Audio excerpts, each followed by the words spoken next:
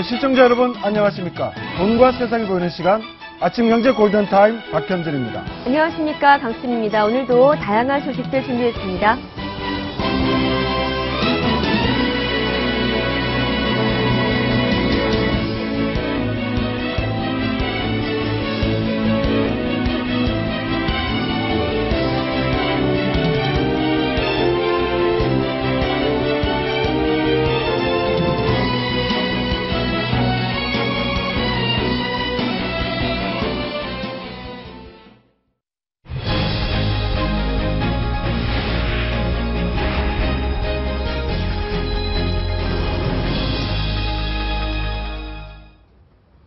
네, 시내 면세점 출사표를 던진 7개 기업과 주변 상권을 조망하는 연속기획 네. 두 번째 시간입니다. 여의도 상권의 명운을 쥔 시내 면세점 후보 예. 한화갤러리아 진금탁 본부장 모시고 얘기 나눠보도록 예, 하겠습니다. 정철진 경제 칼럼니스트와 함께하도록 하겠습니다. 어서 들어오세요. 네, 그렇죠? 예. 어서 오십시오.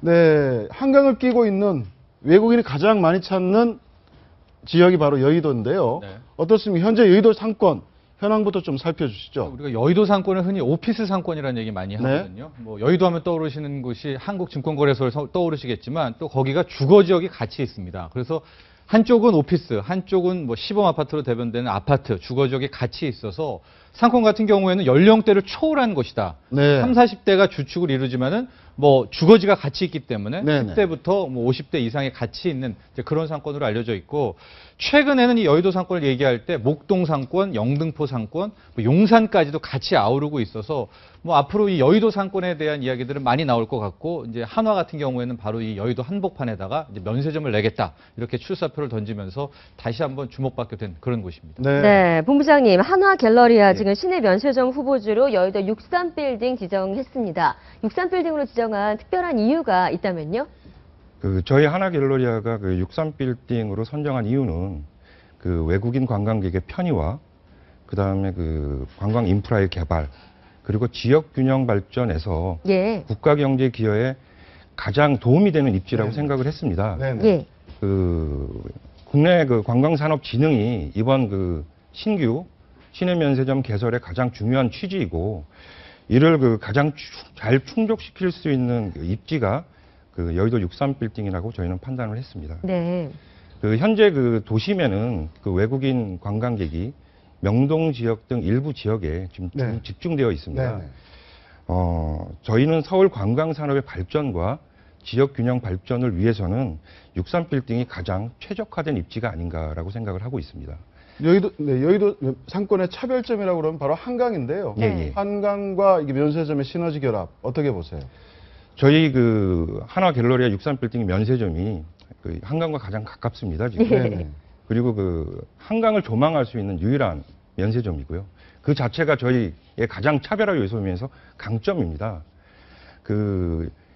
63빌딩 시내 면세점 관광객들을 좀 방문을 높이기 위해서 저희는 한강을 테마로 한 관광 콘텐츠의 개발과 네. 활성화에 지금을 좀 생각하고 있는 부분이고요.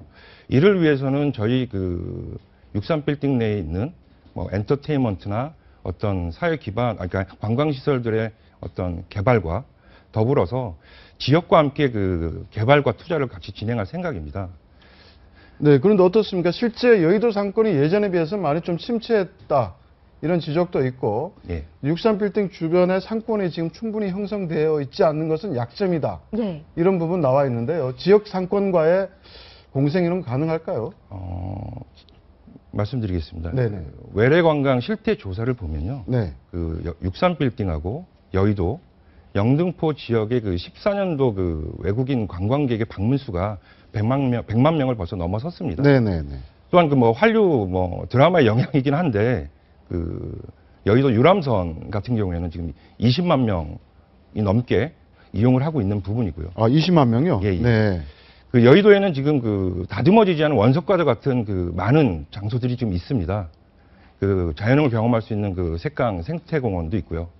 레포츠를 즐길 수 있는 수상스키라든 요트, 또 쇼핑을 할 수 있는 IFC몰, 그다음에 이런 것들이 좀 많이 있기 때문에 저희들은 이러한 것들을 모아서 하나의 관광 프로그램으로 해서 좀 개발할 생각을 하고 있습니다. 네. 네. 이번에 이제 시내 면세점을 저마다 이제 내지 않습니까? 그때 명분 싸움이다 이런 얘기를 많이 하는데 아마 명분 싸움에 있어서는 한화 갤러리아가 굉장한 강점이 있을 것 같습니다. 왜냐하면은 이제 관세청 입장에서 봤을 때는 명동이나 기존 시내에는 이미 굉장한 상권이 구축돼 있고 또 요코들이 너무 많지 않습니까? 네. 네, 이미 많다. 이미 많죠. 근데 이제 여의도 상권, 오피스 상권을 새로 개발한다는 게 이번에 이제 한화 갤러리아가 또 내세운 하나의 명분이거든요.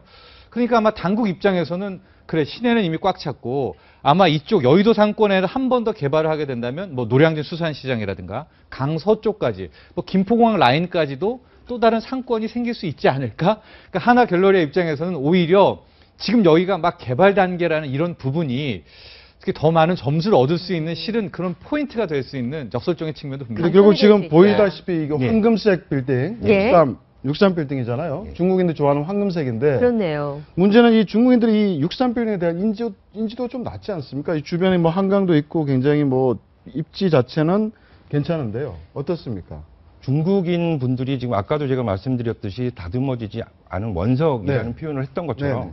도심 관광에 비해서는 인지도가 좀 떨어지긴 하지만 네. 저희가 자체 조사한, 그러니까 저희가 이제 글로벌 조사업체 입소스를 통해서 조사한 결과에 의하면 예. 여의도를 방문한 관광객의 만족도가 아, 타 지역보다는 지금 높다. 8.8% 정도 높게 나타났습니다. 예. 그리고 지금 저희 63 빌딩을 말씀하셨지만 중국인들한테는 골드바라고 칭할 정도로 인지도가 지금 많이 급상승하고 있는 추세입니다. 지금. 네. 그러니까 중국인들이 실제 63 빌딩 골드바라고 부르고 있습니까? 네. 언뜻 비슷하네요. 보니까 네. 정말로. 예. 비슷하게 생겼습니다. 예, 그렇습니다. 자, 이제 정말로 보름여밖에 남지 않았는데 예. 사업자 선정을 위한 포부 마지막으로 좀 해주신다면요. 저희 그 하나갤러리는 면세 쇼핑하고 관광 문화를 선동하는 그 신개념 그 면세 사업자로서 모범적 관광 문화를 갖다 선도하겠습니다. 네.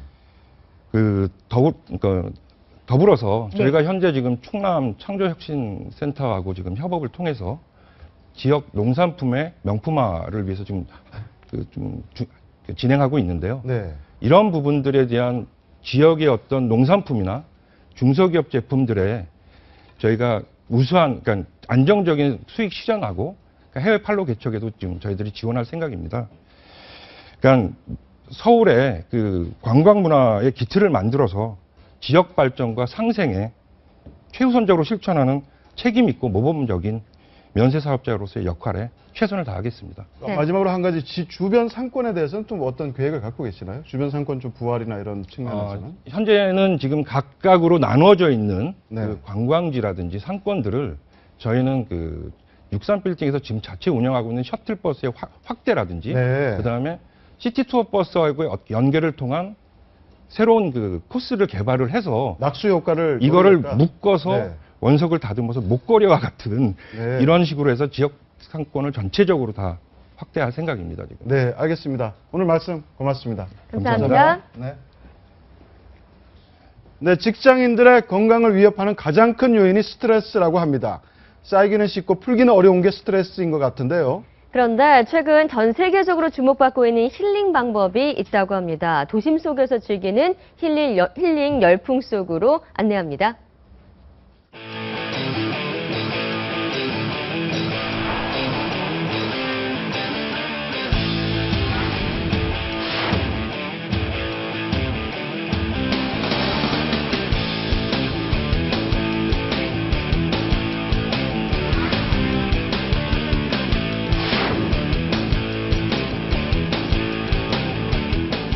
대한민국까지 상륙한 힐링 열풍, 요가의 세계와 함께합니다.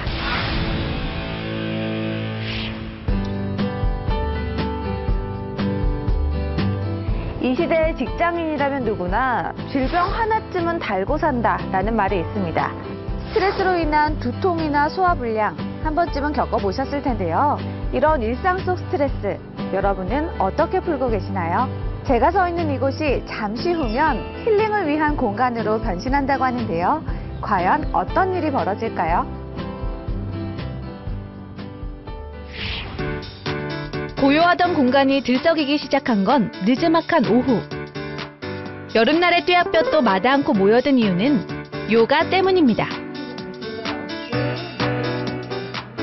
답답한 공간을 벗어나 햇볕과 바람을 온몸으로 마주하는 사람들. 눈앞에 펼쳐진 초록을 마음껏 들이마시는 기분은 얼마나 상쾌할까요? 자연의 일부가 되어 힐링을 즐기는 이 요가 방법은 세계적으로도 인기를 끌고 있는데요. 야외로 나온 요가에 푹 빠진 사람들 중 낯익은 얼굴도 있습니다. 안녕하세요. 바다씨 아니세요? 안녕하세요. 아니 여기 웬일이세요? 가수 바다씨. 평소에도 저도 몸매 관리하면서 요가 좋아하니까 오늘 게다가 오늘 야외 수업이라 가지고 야외 특강이에요 오늘 돼가지고 왔는데 오셔가지고 도심 한가운데서 자연을 만끽하는 특별한 시간은 요가에 익숙하지 않은 사람들까지 확 사로잡았습니다. 이게 뭐지? 이 요가 이거 뭐지? 그래서 궁금해서 한번 왔어요. 근데 밖에서 이렇게 남산 이렇게 전기를 맞요 맑은 공기에서 하니까 밖에서 하니까 너무 좋은 것 같고 와, 나는 진짜 오늘 너무 행복한데요. 다음 날 도심 속 요가라는 아이디어를 낸 주인공을 다시 만났습니다. 그런데 그동안 알던 요가와는 좀 다른데요. 잔잔한 음악이 아닌 신나는 가요에 몸을 맡긴 요가.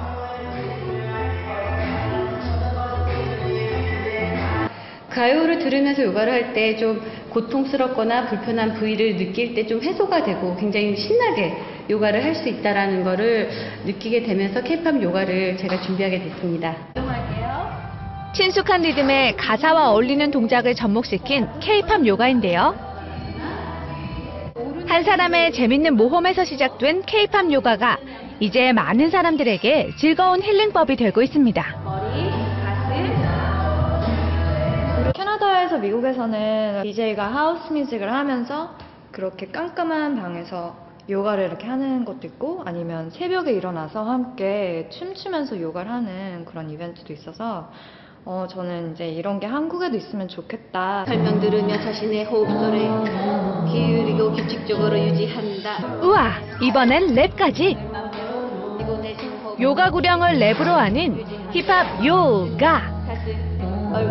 요가의 대중화를 위한 그녀의 다양한 시도는 끝이 없습니다. K-팝 요가와 클럽 요가가 이제 아울러서 많은 사람들한테 알려지게 되면 차후에 요가 콘서트를 진행하고 싶습니다. 경쾌한 음악과 함께하는 새로운 개념의 요가. 몸에 쌓인 피로를 풀어주는 것은 물론 기분까지 즐겁게 해주는 스트레스 해소법이 될 것 같은데요. 그런데 틀을 깬 또 하나의 요가가 있습니다. 힐링을 위해 내가 직접 시간을 쪼개 발품을 팔며 찾아다니는 게 아니라 내가 지금 있는 이곳이 힐링 공간이 된다면 어떨까요? 하루가 깨어나는 시간. 이른 아침부터 분주한 사람들. 우리 준비하자. 네. 그런데 손님 맞을 준비를 하다 말고 뭔가 알 수 없는 작전을 짭니다. 그 와중에 도착한 첫 손님. 보아하니 포스가 남다른데요. 손님은 아니신가 봐요. 네, 오늘 직장인분들을 위해서 맞춤형 요가 출강하러 왔습니다. 미용실이 요가 교실로 확 바뀌었습니다. 주변 도구를 활용한 요가 동작들을 제법 잘 따라하는데요. 물론 몹시 서툰 분도 있습니다. 보통 끙끙거리잖아요. 남자가 애기 낳는 것도 아니고. 저희 미용이라는 직업이 좀 특수해서요. 이렇게 관절이라든가 이렇게 신체적으로 무리가 많이 오는 직업이에요. 스트레칭과 아니면 근육의 이완 이런 운동을 통해서 건강해지길 바라서 이런 기회를 찾았습니다. 이분들에게 요가란 단순히 건강한 몸매를 가꾸기 위함을 넘어 삶의 커다란 에너지가 될 것 같네요. 열심히 해야 돼. 알겠습니다. 오케이, 좋아. 오전부터 운동을 해서 기분이 너무 상쾌해졌고요. 이 에너지를 그대로 손님들에게 전달을 해드리겠습니다. 오늘도 한편 여성들이 대부분인 요가의 세계에 과감히 발을 내디딘 남성이 있습니다. 쑥스러움도 극복해낸 그의 사연은 무엇이었을까요? 좀 용기가 필요했던 것 같아요. 무엇보다 제 몸을 제가 힐링 시켜야겠다는 그 의지가 좀 필요했고요. 일터에서 만난 종서 씨. 그는 레스토랑의 주방을 책임지는 13년 차 베테랑 요리사입니다. 일의 특성상 앉아있을 시간이 별로 없어요. 아무리 힘센 장사라도 버텨내지 못할 것 같은 그의 하루. 남자면 어떻고 나이가 좀 지긋하면 어떤가요? 뻐근한 허리와 매일같이 붓는 다리를 풀기 위해 요가 교실로 달려간 그의 마음이 헤아려집니다. 종서 씨에게 요가란 어떤 의미일까요? 나만의 힐링 타임인 것 같아요. 정신없이 돌아가는 일상 속에서 몸과 마음을 치유하는 방법. 이 시대의 힐링 트렌드, 요가의 세계에 여러분도 함께 해보시는 건 어떨까요?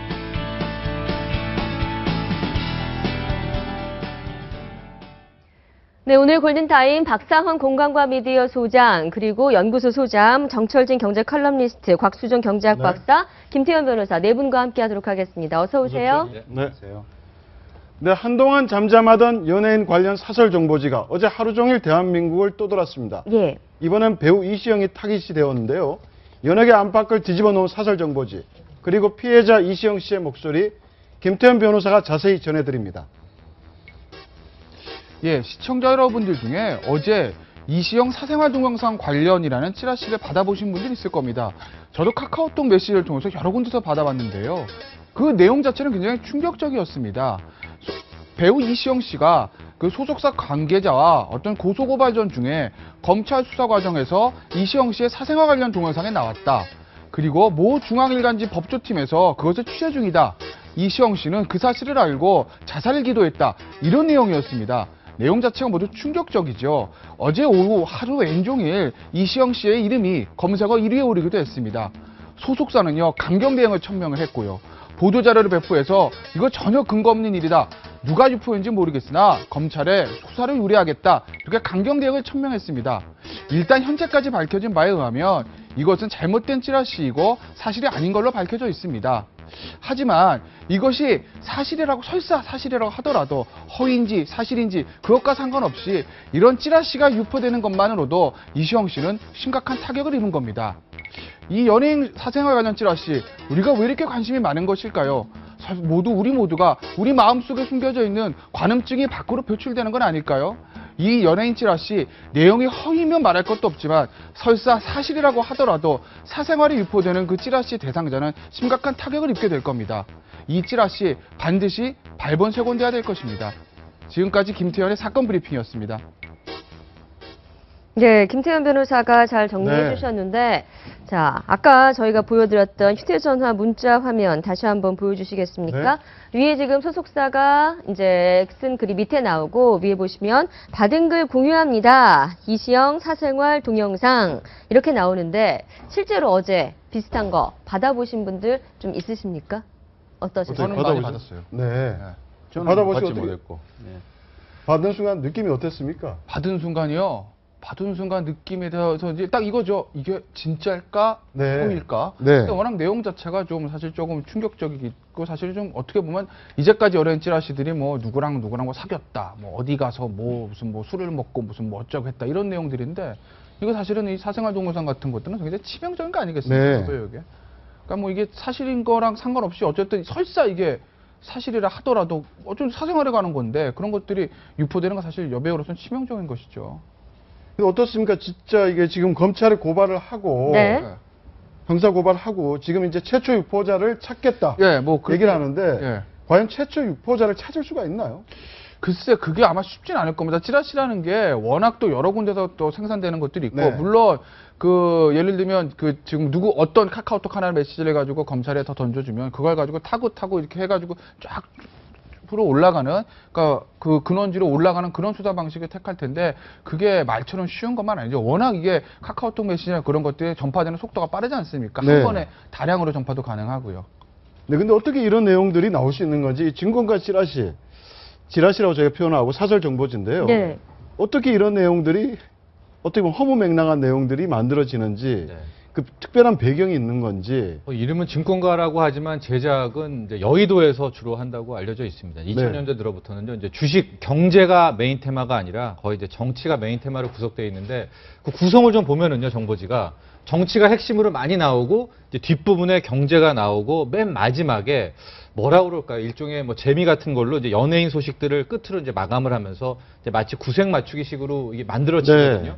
그러니까 아마 제작하는 입장에서도 뭐 여의도 쪽에 전문, 그러니까 정치의 전문, 경제의 전문, 저는 연애 전문들이 있어가지고 아마 연애 쪽에서 저렇게 어쩔 때 사실과 무관하지만 하나의 양 채우기 식으로 저런 내용도 좀 담는 경우가 많이 있거든요. 그러니까 아마 우리 이시영 씨 같은 경우에도 저런 제작이 있다면은 뭐 그런 하나 이쪽에 양 채우기 식으로 껴놓은 게 아닌가.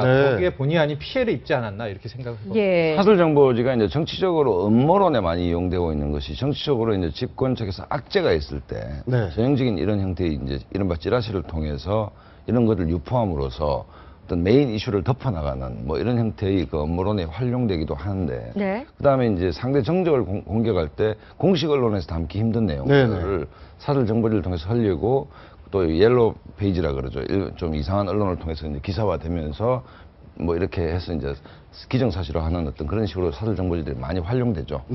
문제는 이게 뭐 돌이켜보면 뭐 틀린 경우도 있고 또 맞는 경우도 있고 뭐 여러 가지가 있었지만 이시영 씨 같은 경우에 지금 허위 사실에 유감을 표하고 빠른 시일 내에 법적 대응을 하겠다라고 강하게 지금 얘기를 하고 있습니다. 최초 유포자 물론 확산하는 모든 주체를 형사 고발하겠다라고 이야기를 하고 있는데 문제는 우리가 사실 확인을 하기도 전에 모두 다 이것을 마치 사실인 것처럼 받아들이고 퍼뜨린다는 거 아니겠습니까?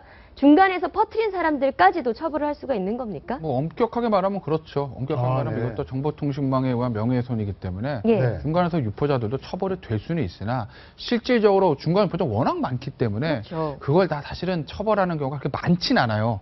워낙 그 많이. 왜냐면 사실 받아서 오늘 같이 뭐 공유하는 그 정도기 때문에. 그렇기 때문에 대부분 최초 유포자나 처음에 악의적인 유포자, 예를 들어서 뭐 내가 받아가지고 이것은 뭐 100명한테 뿌렸다. 무슨 200명한테 뿌렸다. 이런 이제 대량 중간에 살포한 그런 중간 유통자들 같은 게 처벌의 대상이 되긴 하지만 일반적으로 내가 받아서 뭐 친구한테 한 명 주고 이런 유포자들까지는 실질적으로 뭐 법상으로는 처벌은 가능하지만 실질적으로 처벌한 예는 많지는 않죠.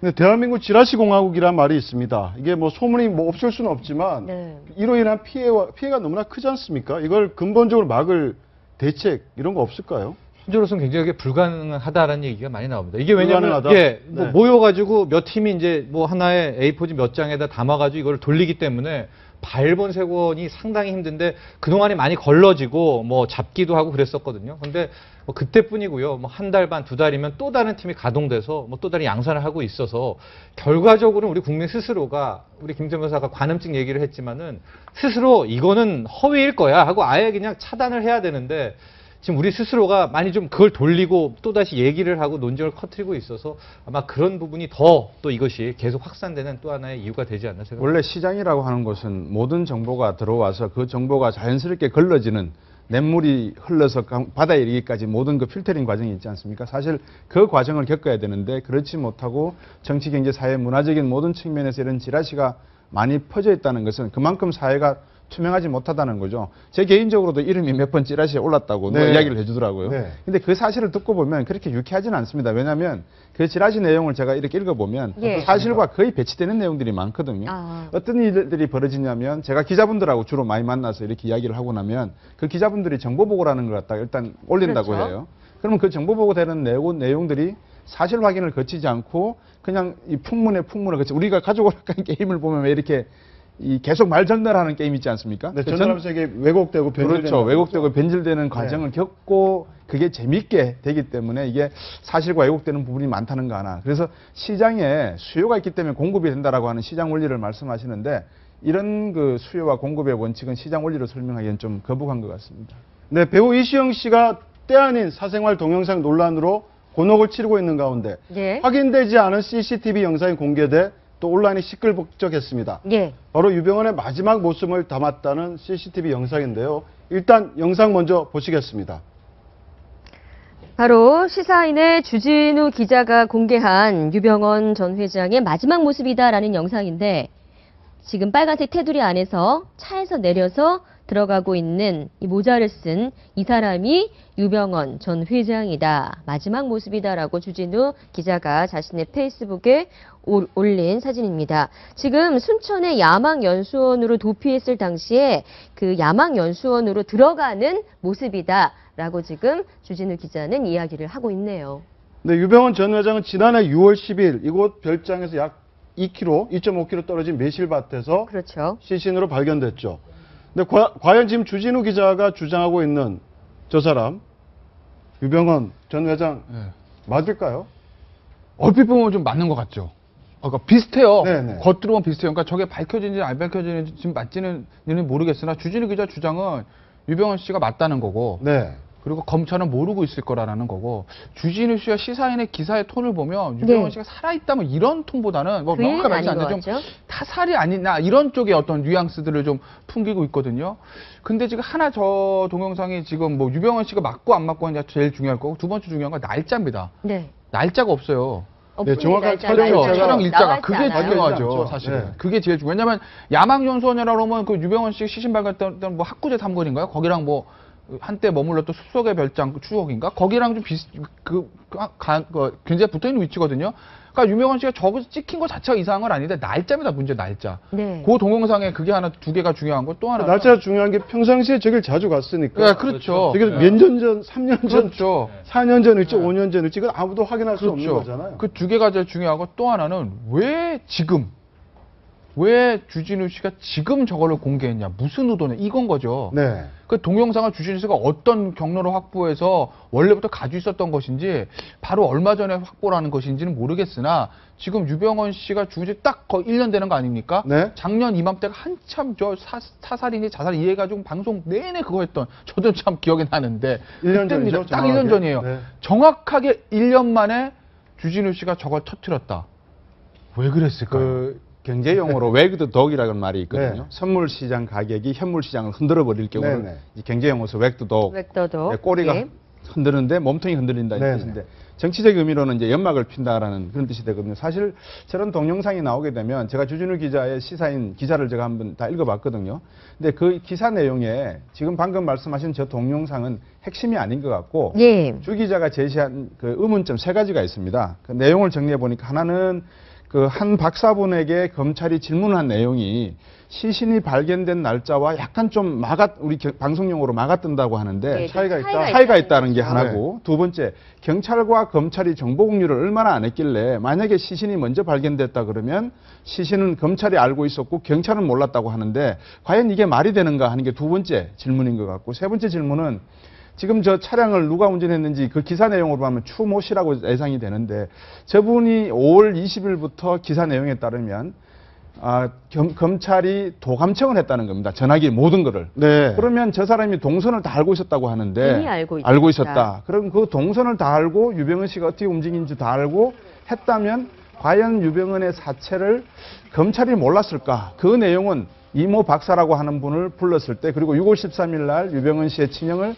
긴급 체포해서 검찰 조사실로 데려가서 제일 먼저 한 게 바로 면봉으로 입 빠는 걸 닦아냈다는 거. 예. 그런 내용을 보면 시사인의 주 기자가 제시하는 거는, 질문 던지는 거는 동영상이 아니라 유병언의 사체 발견이 과연 6월 10일 이전이었느냐 아니면 이후였느냐, 이 문제를 제기하는 것 같습니다. 네, 주진우 기자의 뭐 의문 제기를 탓할 생각은 없죠. 예, 말씀하시죠. 이 시사인이 적시하는 게 딱 하나인 것 같습니다. 이제 시체 최초로 발견했던 게 6월 12일이었고요. 네. 정부에서 유병언이다 확인한 건 7월 20일이었는데 네, 한 40일 정도 40일이 차이가 뜬다. 나죠.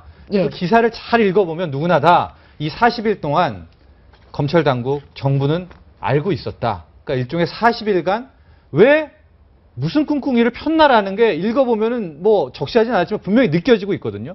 그러면서 몇 가지 증거를 댄 게, 우리 방금 박 박사님 말씀하신 것처럼 그 사이에 몇몇의 행동들, 형을 불러서 DNA를 체크하고 뭐 이재옥 박사를 불러서 이미 죽는 게 좋지 않겠느냐라는 몇 가지 언질이 준 걸 봐서는 정부는 이미, 당국이라고 표현을 하겠습니다, 6월 13일에는 그것이 유병언 시체였다는 걸 알았었는데 왜 40일간 질질 끌었냐에 대한 어쨌든 의문제기죠? 거기에 대한 의문제기고, 네. 이 정도까지 의문제기를 했다면 제가 알고 있는 뭐 시사인의 어떤 이런 취재 기법이라고 보면 이미 정부가, 당국이 어떤 반격을 했을 때 몇 가지 더 제시할 카드들은 있을 것 같거든요. 그러니까 아마 그 40일간의 시간에 대한 부분을 뭐 바로 공개하지 않겠지만은 뭐 몇 주 내에 계속 하나씩 더 던져내지 않을까 이렇게 보여집니다.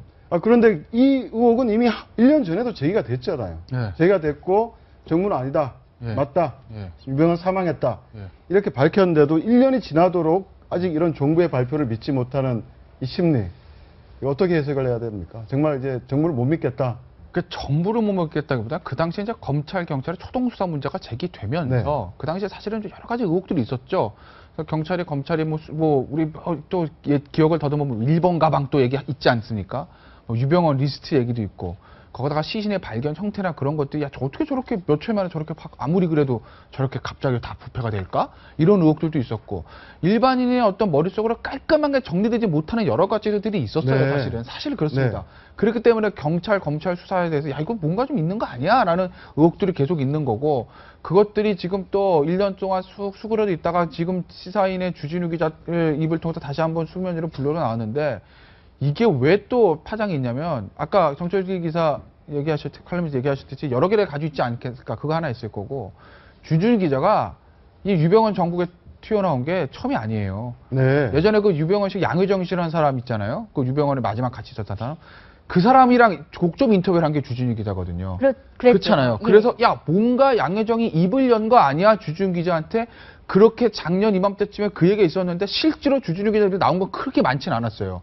그런데 그 주진우 기자가 1년 있다가 이걸 팍 터뜨리니까 글쎄 이게 이제 앞으로 다시 한번 유병헌의 어떤 이런 유병헌 정국이라고 그래야 되나요? 그게 시작될지 안 시작될지는 모르겠으나 간단히 끝날 것 같지는 않습니다. 2탄, 3탄 계속 나온다고 하면 좀 파장이 만만치는 않을 것 같아요. 계속 뭐 다른 카드를 준비하고 있을지도 모른다. 한 3개 정도는 이미 갖고 있지 않을까. 네. 1년이 형식상으로는 시사인이 1년이 지났기 때문에 유병헌 씨 거기에 대한 뭐 특집 기사이긴 하지만 분명히 그 사이에 한 3개 정도, 4개 정도 카드, 즉 정부, 검찰과 경찰이 당시 6월 12일 발견됐던 사체가 유병헌 씨였다라는 것을 알고 있었던 거에 대한 뭐 그게 증언이어도 되겠고요. 뭐 여러 가지를 준비하고 있지 않을까. 그래서 좀 약간 긴 싸움 될 것 같아요. 네, 정리를 해보면 뭐 검찰이 유 전 회장의 죽음을 알고도 숨겼다는 건데 김태현 변호사 말씀하셨듯이 뭐 양회정 씨 독점 인터뷰를 했던 거 보면 구원파 내부 관계자들의 어떤 지금 갖고 있는 신경을 주진우 기자가 지금 얘기하는 게 아닌가 싶어서 취재원이 좀 그쪽일 것 같다는 생각이 들어요. 뭐 그럴 가능성도 있죠. 양혜정 씨랑 독점 인터뷰 했다는 것만 봐도 그 구원파 쪽이랑 뭔가 그래도 좀 취재원이 있지 않을 것까라는 이런 의혹도 생길 수도 있고 구원파 입장에서는 순수하게 구원파 시각입니다. 네. 그렇죠. 구원파 시각에 보면 검찰, 경찰, 현 정부, 정치권, 기성 어떤 주류 세력들은 다 구원파 입장에서 보면 적이거든요. 그러면 누가 자기 편일까? 구원파 입장에서 보면 현 정권과 가장 척을 지고 있는 언론인 중에 대표이면 주진우 기자죠. 아무래도. 네. 그렇기 때문에 주진우 기자를 택해서 주진우 기자한테 독점 인터뷰를 한 게 아닌가라는 얘기들이 작년 이맘때도 있었습니다. 역시 그거는 현재 그 얘기들의 추측은 현재 진행형인 것이죠. 그래서 아마 주진우 기자가 다른 언론사 기자들보다는 구원파 쪽으로 좀 가까울 가능성이 있고 그래서 여러 가지 정보들을 좀 취합하기가 쉬운 어떤 그런 위치에 있기 때문에 주진우 기자 입에서 여러 가지가 나오는 것 같은데 어쨌든 저도 동감하지만 이게 끝은 아닐 거다. 카드 중에 하나가 그걸 수 있겠네요. 창조경 이제 자금을 받았다고 하는 내용이 있지 않습니까? 거기에 대한 해명이 있을 수도 있겠네요. 네. 예. 한번 지켜보도록 근데 하겠습니다. 문제는 네. 이제 이게 정치적으로 해석을 하면 일단 박근혜 정부에 가장 반대하는 진영의 서희 전가의 보도가 세월호고 유병헌 음모론입니다. 음모론이기 때문에 그전에도 SNS상 1년 지났지만 계속 이런 것들이 유병헌 살아있다 뭐 등등이 계속 퍼뜨리고 네. 유병헌 타살이다 뭐 이런 얘기들이 흘러다녔거든요. 흘러다녔는데 주진우 기자가 그런 의도를 갖고 있다 안 갖고 있다는 것이 아니고 이제 이런 형태의 논리가 이제 확산되는 그 기저에는 그 현 정부의 대책점에 있는 어떤 진영 세력들이 갖고 있는 바램과 소망도 좀 있다라고 봐야 되겠죠. 정치적 의도가. 네, 알겠습니다. 네, 자연스럽게 정치권 얘기도로 좀 넘어가 보도록 하겠습니다. 새누리당 유승민 원내대표 청와대와 당내 친박계 의원들에게 계속해서 사퇴 압박을 받고 있죠. 새누리당 원조 쇄신파 정두현 의원이 그런 가운데 유승민 구하기에 팔을 걷어 붙인 모습입니다. 어제 저희 채널에도 직접 출연을 해서 말을 했는데요. 한번 정리를 해봤습니다. 들어보시죠. 우리가 뽑은 원내대표인데 그리고 또 의총에서 압도적인 지지로 재신임이 됐어요. 이렇게 했는데 대통령이 한마디 하니까 갑자기 나가라 뭐 이렇게 해가지고 만약에 정말 쫓아냈다고 싶시다. 국민들이 볼 때 무슨 저런 정당이 다 있나. 얼마나 참 웃음거리가 되겠죠.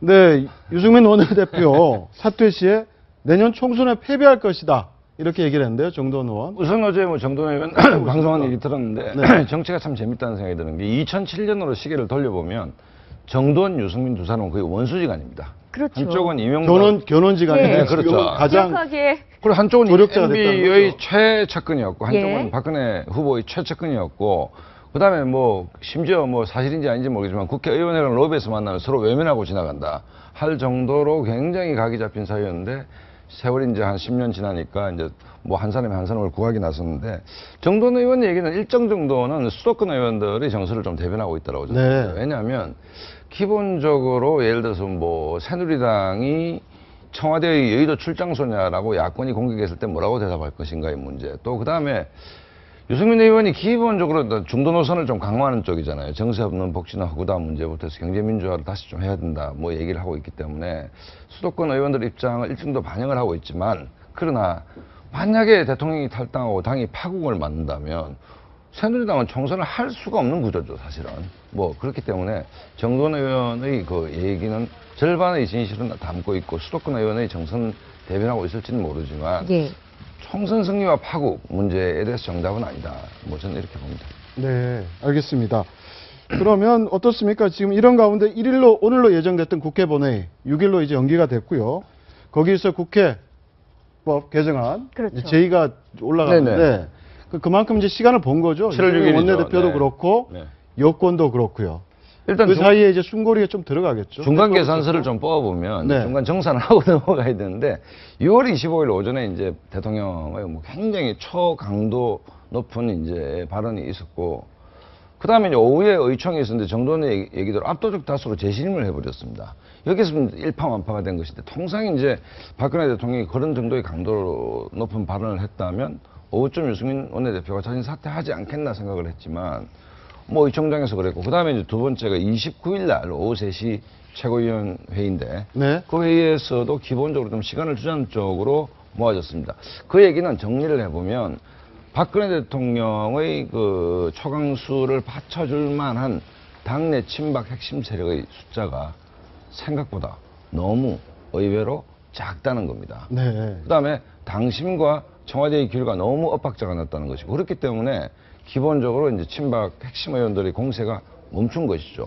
왜냐하면 더 나가다가 되치기를 당하면 예. 수습이 잘 안 되기 때문에 그래서 아마 7월 6일 날 이제 선거법, 국회법 이제 그 거부권이 돌아왔을 때 새누리당이 제의를 거부하고 여기에 책임지는 이제 모양새 이른바 출구 전략을 가지고 이제 유승민 대표가 자진 사퇴해주길 바라는 기류가 당내에 있는데 칼자루는 유승민 원내대표가 쥐고 있다 이렇게 봅니다. 저는 뭐 정치적인 측면에서 모른다는 말씀을 자주 드리고 뭐 말씀을 드립니다만 두 가지 측면이 있는 것 같습니다. 하나는 제가 만약에 유승민이라면 유승민 원내대표라면 사퇴를 할까라는 생각에서는 사퇴를 할 수도 있다라는 생각이 드는 측면이 하나 있습니다. 그거는 뭐 개인적인 성향이니까 그럼 좀 지켜봐야 될 것 같고 두 번째는 과연 이게 유승민 원내대표만을 향한 칼날일까라는 생각도 듭니다. 네. 왜냐하면 박 대통령이 강하게 말씀하시면서 예를 들어서 당 대표를 향해서 어떤 질책을 하시기에는 상당히 부담이 있는 부분이 있을 수가 있었을 네. 것인데 그러면 그 밑에 있는 원내대표에게는 적어도 강하게 말씀하실 수 있었지 않느냐. 그러면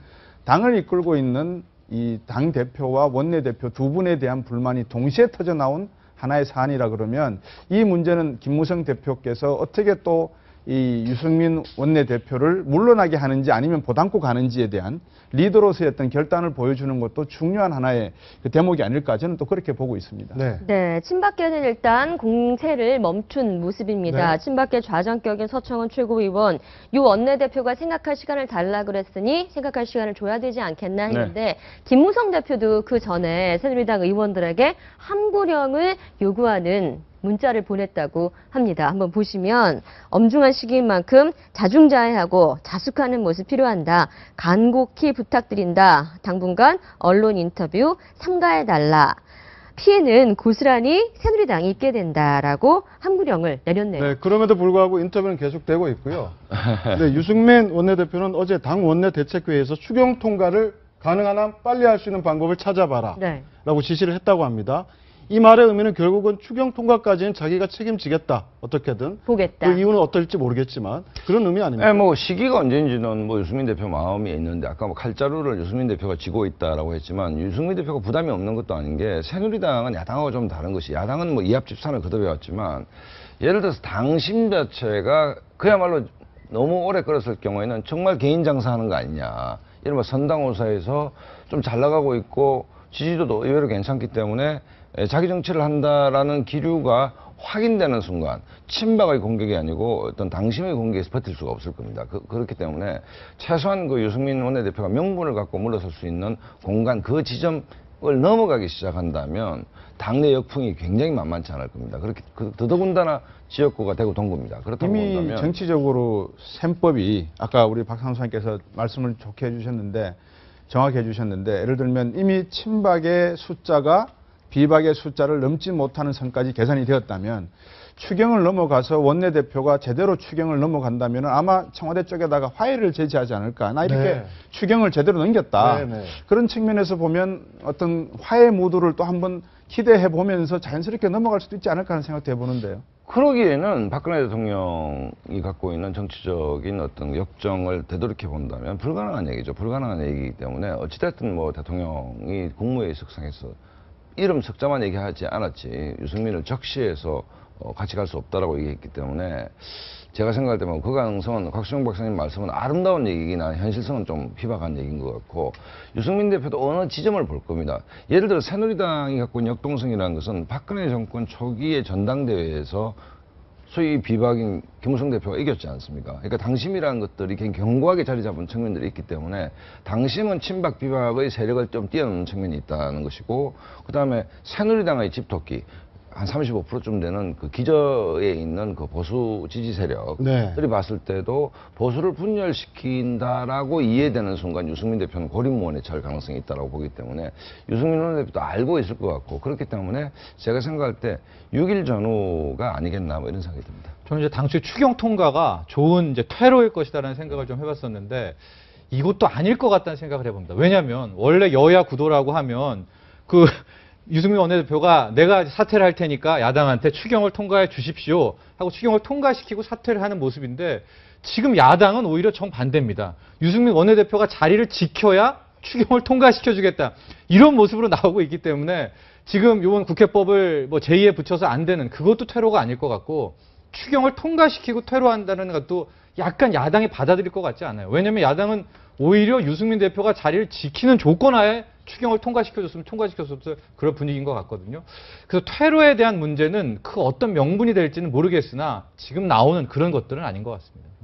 네, 지금 여권은 지금 굉장히 휴전 모드로 들어갔는데 네. 야권은 조금 뭐 좋은 소식도 들리고 있습니다. 바로 어제 재미난 사진 하나 공개가 됐나 보시죠. 예, 바로 지금 뒷모습 보이고 있는 사람이 이종걸 원내대표고요. 앞모습 문재인 당대표죠. 두 사람이 원혜영 지금 의원의 집에서 뭐 계파를 초월한 의원들 50여 명의 모임이 있었는데 거기서 이렇게 오랜만에 러브샷을 나눴다고 하네요. 굉장히 다정한 모습입니다. 오랜만에 보는 참 아름다운 예. 모습인데 저게 이제 갈등이 완전히 성화돼서 나오는 것인지 모르겠는데 좀 다른 얘기를 하면 저기서 제가 의원 이름 모르겠는데 전남 고흥 쪽에 계신 의원이 민어를 올렸다고 그래요. 예, 예. 시청자분들도 이런 보양식으로 민어는 아주 좋습니다. 이게 좀 많이 드시도록 하고 어제 민어 파티가 있었는데 모처럼 이제 이종걸 원내대표 문재인 대표인데 건배제를 이렇게 했다고 합니다. 문재인 대표는 내가 이라고 부르면 종걸이라고 화답해 주십시오. 이종걸 원내대표는 문이라면 제인이라고 화답해 주십시오. 했는데 어쨌든 뭐 남의 불행은 나의 행복이라고 지금 여권이 지금 지리멸멸하고 있으니까 야당이 이제 결집하는 모양새인데 저 그림은 좋네요. 저 그림은 좋고 근데 저것이 이제 본질적으로 잠재된 친노와 비노 간의 갈등이 수습되는 국면이냐는 좀 다르겠죠. 어쨌든 뭐 그림은 좋습니다. 네. 왜 저 화면보다 어젠가 그제 박지원 의원이 인터뷰인가요? SNS 글인가요? 그 단어가 있었습니다. 잠복기가 더 무서워요. 그게 가슴에 와닿는 거 왜일까요? 왜일까요? 잠복기가 더 무섭죠. 그렇죠. 네. 그러니까 지금 새누리당에 워낙 친박, 비박 갈려서 내용이 전례에 없었던 야당에만 있었던 모습이 집권 여당에 보여져 있기 때문에 야당 입장에서 야 우리 여기서 뭔가 러브샷이라도 마시면서 뭔가 이게 좀 화합하는 모습을 보여주는 게 좀 좋지 않겠니? 라고 해서 이제 하신 것 같은데 문제는 저렇게 해서 그 친노 비노의 갈등이 해결될 거라면 폭탄주 술 동일하로도 마시겠죠. 근데 그렇게 해서 해결된 문제가 아니지 않습니까? 네. 아직 첩첩산중인 것이고 그 박지원 의원 얘기대로 잠복기입니다. 저렇게 지금 좋은 모습 보이고 있지만 언젠가는 다시 한번 터져나올 문제인 거죠. 시기가 문제지.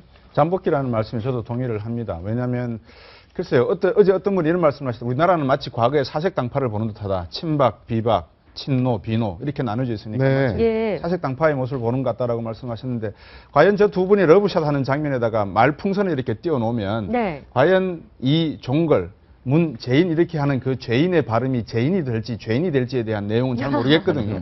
그런 식의 어떤 잠복기가 상당히 오래 묻어 있을 것이고 저 내용은 아마 내년 총선을 앞두고 공천 과정에서 좀 더 혁신위원회에서 어떤 대안을 내놓든 간에 아마 저 문제는 본격화될 가능성이 있지 않나 싶습니다.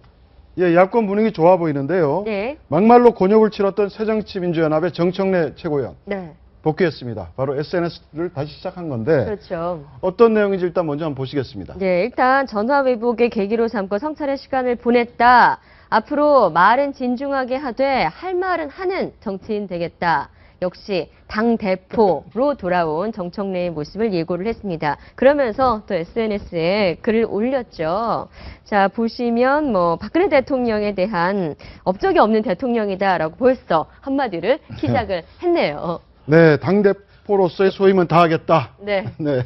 어떻습니까? 지금 돌아왔는데요. 아니, 47일 동안 참 정청래 의원 입장에서는 참 입이 건질건질 했을 텐데. 네. 정말 오래 견뎠습니다. 오래 견뎠고. 그 다음에 이제 윤리심판은 안병일 심판에서 1년 자격정지를 6개월로 풀어줬죠. 풀어줬기 때문에 총선과는 별 관계가 없이 됐고 그렇기 때문에 아마 정청래 의원은 홀가분하게 자기가 잘할 수 있는 대표를 쏘는 것을 좀 더 활발히 하지 않겠나라고 봐지는데 아마 지금 야권도 이게 좀 고민스러운 게 집토끼를 결집시키는 데는 이런 거친 말들이 좋겠지만 승리를 위해서는 과연 이게 옳은 건지 저로서는 의문인데 어쨌든 헌법기관이고 국회의원이고 본인이 말하는 문제를 누가 막겠습니까? 정청래 의원의 SNS를 막을 자 이 세상에 아무도 없다 이렇게 봅니다. 윤리심판원의 결정이 1년에서 6개월로 줄어들었잖아요. 네. 6개월 줄어든 것은 아마 가장 환호하는 게 아마 새누리당일 겁니다. 그래 6개월만 있어 활동 재개 그러면 내년 총선 나올 수도 있는 거야?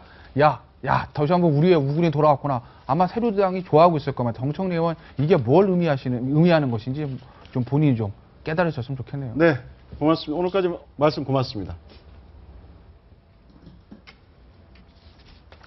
네, 스마트폰 하나로 농사를 짓는 시대가 왔습니다.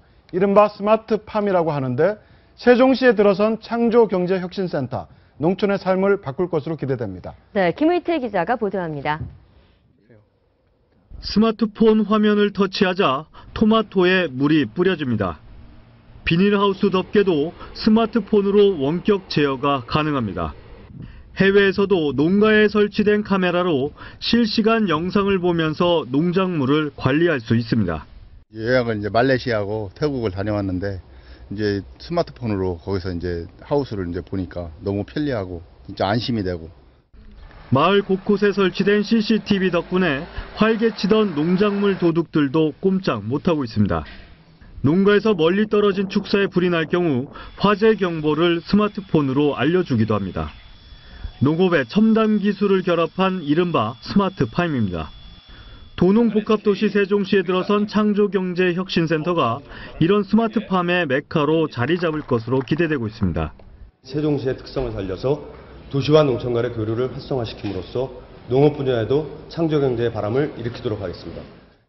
또 세종창조경제센터는 농업벤처를 발굴 육성하고 대덕연구단지와 협력체계를 구축해 미래형 농촌 모델을 만들어 나갈 계획입니다. 첨단 기술과 농촌이 만난 창조경제 스마트팜, 농민들에게 효자 노릇을 톡톡히 할 것으로 보입니다. 채널A 뉴스 김의태입니다. 네, 지금까지 아침경제 골든타임이었습니다. 고맙습니다.